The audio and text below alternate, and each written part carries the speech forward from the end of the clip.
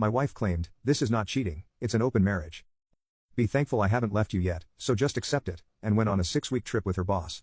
Upon arrival, she found the locks changed, and a pretty young woman opened the door, saying, "This is not your house. Get out, or I'll call the police." Nothing stung more than watching her get ready for the night. She slipped into lingerie and stockings, carefully applied her makeup, and styled her hair.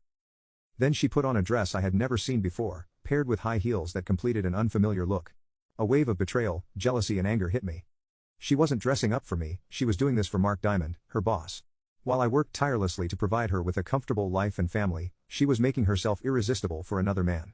It didn't make sense. Our marriage had been solid. Jessica was loving, attentive, and never gave me a reason to doubt her. After 20 years together, I never imagined she would betray me.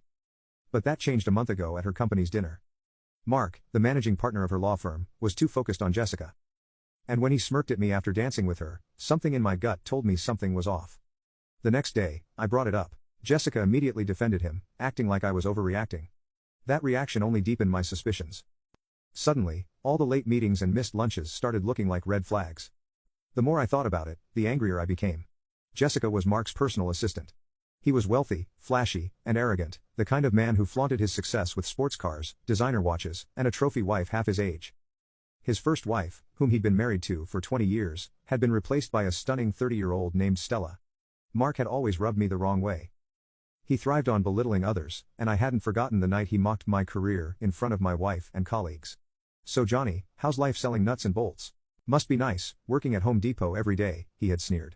Jessica laughed. That cut deep. My job wasn't glamorous, but I made over $200,000 a year, provided a great life for my family, and paid for our daughter's college. But in Mark's world, that wasn't enough. I walked away furious. Jessica followed, asking what was wrong. When I told her, she brushed it off. "Oh baby, he's just joking, he loves to have fun. Don't take it so seriously, come back, he's a good guy." I stayed, against my better judgment. Looking back, I should have paid more attention. There were signs. Mark had everything: money, power, a young wife. But men like him always wanted more, and I had a feeling Jessica was next on his list. I wasn't going to sit by and wonder. Within a week, I put a plan into motion. I ordered 6 audio recorders and 5 high-resolution video cameras. One went inside the smoke detector in our bedroom. Others were positioned at different angles to capture everything. More were placed in the bathroom and living room. The recording devices streamed live, feeding footage to a computer in the attic, all controlled from my phone. I even hid audio bugs in her favorite purses, her car, and one next to the kitchen phone. By the time I had finished, I knew I would catch at least 90% of her conversations, and any activity in our house. As I packed for a business trip, a bad feeling loomed over me. Jessica, as always, was affectionate, making love to me like she always did before I traveled. She whispered how much she loved me, how much she wanted me. But this time, I wasn't sure if I believed her. Her warmth and affection had always been my anchor, something I never questioned. "I love you so much," she murmured, her voice soft and full of emotion. "Being with you like this means everything to me." Tears shimmered in her eyes as she smiled at me. "I love you too, sweetheart. You're incredible, and I'll love you forever." That night was magical.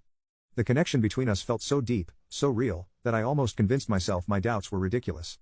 There was no way she could betray me. For a fleeting moment, I considered abandoning my plan. Thankfully, I didn't. Instead, I left everything in place, and headed out for my 2-night business trip, giving her enough time, if there was anything to uncover. We kissed goodbye, and by 6 p.m., I was on the road for the 3-hour drive to my hotel. As I drove, my mind replayed the past 6 months, searching for signs. Other than those 2 uncomfortable encounters with her boss, the way he smirked at me, his attempt to humiliate me, nothing had changed. A chuckle escaped me as I realized I was probably being paranoid. When I arrived at my hotel, I checked in, settled onto the king-size bed, and powered up my laptop. After scanning my work emails, I clicked the link that connected me to the home surveillance feed. I knew I wouldn't find much, but I wanted to test the system. Fast forwarding through the last 3 hours, I stopped when Jessica appeared in our bedroom. I slowed the footage to normal speed, and watched as she lounged on the bed, making a phone call. At first, I was just admiring her. Now you can watch the second part by pressing share and more.